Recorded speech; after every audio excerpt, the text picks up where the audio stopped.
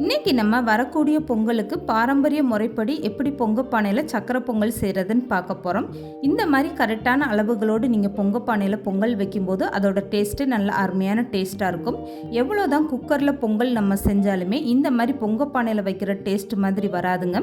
வரக்கூடிய பொங்கலுக்கு இந்த மாதிரி பாரம்பரிய முறைப்படி சக்கரை பொங்கல் நீங்கள் பொங்க பானையில் செஞ்சு பாருங்கள்.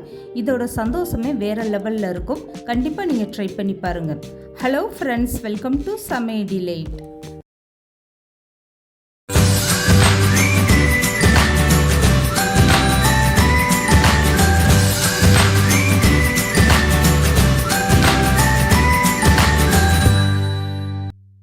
இப்போது சக்கரை பொங்கல் செய்கிறதுக்காக இந்த மாதிரி ஒரு கிளாஸ் அளவுக்கு பச்சரிசி எடுத்துக்கோங்க. பச்சரிசி வந்து நல்ல புது அரிசினா உங்களுக்கு பானையில் வைக்கும்போது ஈஸியாக நல்லா குழஞ்சி வந்துடும். சக்கரை பொங்கலுக்கு நீங்கள் பச்சரிசி வாங்கும்போது புது அரிசின்னு கேட்டு வாங்கிக்கோங்க. இப்போ ஒரு கிளாஸ் பச்சரிசிக்கு 2 ஸ்பூன் அளவுக்கு பாசிப்பருப்பு சேர்த்து அதை 2 டைம் நல்லா கழுவி எடுத்துருங்க. இப்போது பொங்கல் வைக்கிறதுக்காக இந்த மாதிரி நீங்கள் பொங்க பானையை தயார் பண்ணி எடுத்துக்கோங்க. எந்த பானையில் நம்ம பொங்கல் வைக்க போகிறோமோ அந்த பானையை நல்லா ஒரு டைம் கழுவி எடுத்துக்கோங்க. அதுக்கப்புறம் திருநீர்னால கோடு போட்டுட்டு சந்தன குங்குமம் இந்த மாதிரி பொட்டாக வச்சுக்கோங்க. இப்போ வந்து பானையை சுற்றி நீங்கள் மஞ்சக்கிழங்கு கட்டிட்டு இதுக்கு மேலே கொஞ்சமாக பூ சுற்றி எடுத்துக்கோங்க. இப்போ வந்து பொங்க பானை தயாராகிடுச்சு. இப்போது இந்த பொங்க பானையை அடுப்பு மேலே வச்சுட்டு அரிசி கழுவின தண்ணியை சேர்த்துக்கோங்க. ஃபஸ்ட்டு 2 தண்ணி வந்து நீங்கள் கழுவிட்டு கீழே ஊற்றிக்கோங்க, அது வந்து அழுக்காக இருக்கும். அதுக்கப்புறமா நல்ல தண்ணி ஊற்றி 2 டைம் நல்லா கழுவிட்டு அந்த தண்ணியை வந்து நீங்கள் பொங்க பானையில் அப்படியே சேர்த்துக்கோங்க. இப்போ அரிசி கழுவின தண்ணி சேர்த்துட்டு தண்ணி பத்தலைன்னா நீங்கள் கூடுதலாக பச்சை தண்ணி சேர்த்துக்கோங்க. இந்த பானையோட விளிம்பு வரைக்கும் நீங்கள் தண்ணி சேர்த்துக்கோங்க. இதுக்கப்புறமா 1 கிளாஸ் அளவுக்கு நீங்கள் பசும்பால் இருந்தால் சேர்த்துக்கோங்க, காய்ச்சாத பாலாக சேர்த்துக்கோங்க. இப்போ இந்த பானையோட விளிம்பு வரைக்கும் இந்த தண்ணியை வச்சுட்டு இதுக்கப்புறம் ஸ்டவ் ஆன் பண்ணிடுங்க. எப்போதுமே சக்கரை பொங்கல் பானையில் செய்யும்போது இந்த மாதிரி குறைவான தண்ணி வைக்காமல் நீங்கள் பானை நிறையா தண்ணி வச்சு பொங்கல் செய்யுங்க. இந்த மாதிரி தான் பாரம்பரிய முறைப்படி பொங்க பானையில் பொங்கல் வைக்கணும். இப்போ வந்து இந்த தண்ணி வந்து கொதி வராமல் இந்த மாதிரி நல்ல நுர குட்டி பொங்கி வர ஆரம்பிச்சிருச்சு பாருங்கள். இந்த மாதிரி நல்லா பொங்கி பானையில் உங்களுக்கு வடியணும். இந்த மாதிரி நல்லா வடிய விட்டுட்டு அதுக்கப்புறமா ஸ்டவ்வை குறைச்சி வச்சுட்டு கழுவி வச்சுருக்க அரிசியிலேருந்து கொஞ்சமாக எடுத்துட்டு இந்த மாதிரி பொங்க பானையை சுற்றி நீங்கள் பொங்கல்னு சொல்லிட்டு 3 டைம் வந்து நீங்கள் கொஞ்சமாக அரிசி சேர்த்துக்கோங்க. அதுக்கப்புறம் ஸ்டவ்வை கம்ப்ளீட்டாக குறைச்சி வச்சுட்டு இதில் இருக்கக்கூடிய தண்ணியில் பாதி தண்ணியை நீங்கள் அப்படியே வெளியில் எடுத்துருங்க. இவ்வளோ தண்ணி வந்து தேவையில்லை. இப்போ வந்து மீதம் இருக்கக்கூடிய அரிசியை நீங்கள் அப்படியே சேர்த்துக்கோங்க. இதுக்கப்புறமா பொங்கல் வெந்து வரும்போது தண்ணி பத்தலைன்னா அதுக்கப்புறமா நம்ம சுட வச்சுருக்க தண்ணியிலேருந்து எக்ஸ்ட்ரா தண்ணி சேர்த்துக்கலாம். இப்போ அரிசியை சேர்த்ததுக்கப்புறம் ஒரு டைம் நல்லா கரண்டி போட்டு இந்த மாதிரி கலந்து கொடுத்துருங்க. இப்போ வந்து ஸ்டவ்வை மீடியமாக வச்சுட்டு இந்த மாதிரி அப்பப்போ நீங்கள் கலந்து கொடுத்துட்டே இருங்க.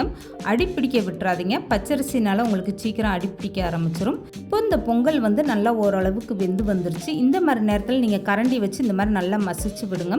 இப்போ வந்து இன்னும் கொஞ்சமே இருக்கக்கூடிய தண்ணியெல்லாம் நல்லா வற்றிட்டு இந்த பொங்கல் வந்து நல்லா இன்னும் குலைவாக வெந்து வரட்டும். அதுக்கப்புறமா உடைச்ச வெல்லம் சேர்த்துக்கலாம். இப்போ வந்து ஸ்டவ்வை நீங்கள் கம்ப்ளீட்டாக குறைச்சி வச்சுருங்க. இப்போ வந்து மீதம் இருக்கக்கூடிய தண்ணியுமே நல்லா வத்திருச்சு. இப்போ நான் 1 கிளாஸ் அரிசிக்கு 2 கிளாஸ் அளவுக்கு உடைச்ச வெல்லம் எடுத்திருக்கேன். நீங்கள் 1 கிலோ பச்சரிசி எடுத்தீங்கன்னா அதுக்கு வந்து 2 கிலோ வெல்லம் சேர்த்துக்கோங்க. இது வந்து கரெக்டான இனிப்பாக இருக்கும். சக்கரை பொங்கலுக்கு நீங்கள் வெல்லம் வாங்கும்போது இந்த மாதிரி நல்ல ஒரு கலராக வாங்கிக்கோங்க. வெள்ளை கலரில் வாங்கினீங்கன்னா அதில் வந்து அதிகமாக சுண்ணாம்பு சேர்த்துருப்பாங்க, அது வந்து பொங்கலோட கலரவே மாற்றிடும். இந்த மாதிரி நல்ல ஒரு கலராக நீங்கள் வெல்லம் வாங்கிக்கோங்க. இப்போ வந்து சக்கரை பொங்கலுக்கு வெல்லம் எல்லாமே சேர்த்ததுக்கப்புறம் இன்னும் ஒரு டைம் நல்லா கலந்து கொடுத்துருங்க. இந்த மண்டை வெல்லம் எல்லாம் நல்லா கொதி வந்து உங்களுக்கு கரைஞ்சி வர ஆரம்பிக்கும். இப்போ இது கூடவே 1/2 ஸ்பூன் அளவுக்கு சுக்கு ஏலக்காய் பொடி சேர்த்துக்கோங்க. இது வந்து பொங்கலுக்கு நல்ல ஒரு டேஸ்ட்டு கொடுக்கும். இதையுமே சேர்த்துட்டு ஒரு டைம் நல்லா கலந்து கொடுத்துருங்க. இப்போ வந்து நான் சக்கரை பொங்கல் 1 கிலோவுக்கு கரெக்டான அளவு சொல்லிடுறேன். 1 கிலோ பச்சரிசி எடுத்திங்கன்னா 2 கிலோ அளவுக்கு வெல்லம் எடுத்துக்கோங்க. 50 கிராம் அளவுக்கு பாசிப்பருப்பு எடுத்துக்கோங்க. இதுக்கப்புறம் 200 கிராம் அளவுக்கு நீங்கள் நெய் சேர்த்துக்கோங்க. அப்புறம் முந்திரி, உலர்ந்த திராட்சைலாம் உங்கள் விருப்பப்படி நீங்கள் சேர்த்துக்கோங்க. இது வந்து 1 கிலோ பொங்கல் வைக்கிறதுக்கு கரெக்டான அளவு. இப்போ இந்த சக்கரை பொங்கலில் சேர்த்துருந்த வெல்லம்லாம் நல்லா கரைஞ்சி கொதி வர ஆரம்பிச்சிருச்சு. இந்த மாதிரி நேரத்தில் 4 ஸ்பூன் அளவுக்கு நெய் சேர்த்துக்கோங்க. இப்போ நெய் சேர்த்துட்டு நல்லா கலந்து கொடுங்க. இப்போ ஓரளவுக்கு நம்மளுக்கு வந்து சக்கரை பொங்கல் ரொம்பவே சூப்பராக ரெடி ஆயிடுச்சு. இப்போ பாருங்கள், இந்த பொங்கல் வந்து நல்லா குழஞ்சி எந்த அளவுக்கு நல்லா வற்றி வர ஆரம்பிச்சிருச்சுன்னு. எப்போதுமே இந்த மாதிரி நீங்கள் பானையில் பொங்கல் செய்யும்போது அந்த சாதம் வந்து நல்லா குழஞ்சி உங்களுக்கு தண்ணியெல்லாம் வற்றி வர வரைக்கும் நல்லா வேக வச்சுருங்க. அதுக்கப்புறமா நீங்கள் வெல்லம் சேர்த்துக்கோங்க. அப்போ தான் சக்கரை பொங்கல் வந்து நல்லா குலைவாக இருக்கும். இப்போ இந்த சக்கரை பொங்கலுக்கு முந்திரி பருப்பு, உலர்ந்த திராட்சை நெய்யில் வறுத்துட்டு சேர்த்துக்கோங்க. இதுக்காக ஒரு அகலமான பாத்திரத்தில் 2 ஸ்பூன் அளவுக்கு நெய் சேர்த்துக்கோங்க. 10-15 முந்திரி பருப்பும் உலர்ந்த திராட்சையும் சேர்த்துட்டு லேசாக நல்லா செவந்து வர வரைக்கும் நெய்யிலே வறுத்து எடுத்துக்கோங்க. இந்த மாதிரி நல்லா செவந்து வந்ததும் அப்படியே இந்த முந்திரி பருப்பை நெய்யோடு அப்படியே நீங்கள் பொங்கலில் சேர்த்துக்கோங்க. இதுக்கப்புறமா ஒரு டைம் நல்லா கலந்து கொடுத்துட்டு நீங்கள் ஸ்டவ் ஆஃப் பண்ணிட்டீங்கன்னா போதுங்க. அவ்வளோதான், ரொம்பவே சூப்பரான நம்மளுடைய சக்கரை பொங்கல் ரெடி ஆகிடுச்சு பாருங்கள். இப்போ இந்த சக்கரை பொங்கலை நீங்கள் கரண்டியில் எடுத்து பார்த்தா இந்த அளவுக்கு தண்ணியாக தான் இருக்கும். இதை வந்து நல்லா ஆற வச்சிட்டிங்கன்னா அப்படியே உங்களுக்கு இந்த தண்ணியெல்லாம் இஞ்சி போய் உங்களுக்கு நல்லா பொங்கல் கெட்டியாக ஆரம்பிச்சிடும். இதுக்கப்புறம் நீங்கள் அடுப்பில் வச்சு ரொம்ப நேரம் கிண்டிக்கிட்டு இருந்தீங்கன்னா அந்த சக்கரை பொங்கல் ரொம்ப இறுகி போயிடும். அதனால் இந்த மாதிரி ஒரு பக்குவத்தில் இருக்கும்போதே நீங்கள் அடுப்பை விட்டு வெளியில் இறக்கிருங்க. இப்போ ரொம்பவே சூப்பராக நம்மளுடைய பாரம்பரிய முறைப்படி சக்கரை பொங்கல் அருமையாகவே ரெடி ஆகிடுச்சு பாருங்கள். இது சாப்பிட்றதுக்கு அவ்வளோ ஒரு அருமையான டேஸ்ட்டாக இருக்கும். கண்டிப்பாக நீங்கள் ட்ரை பண்ணி பாருங்கள்.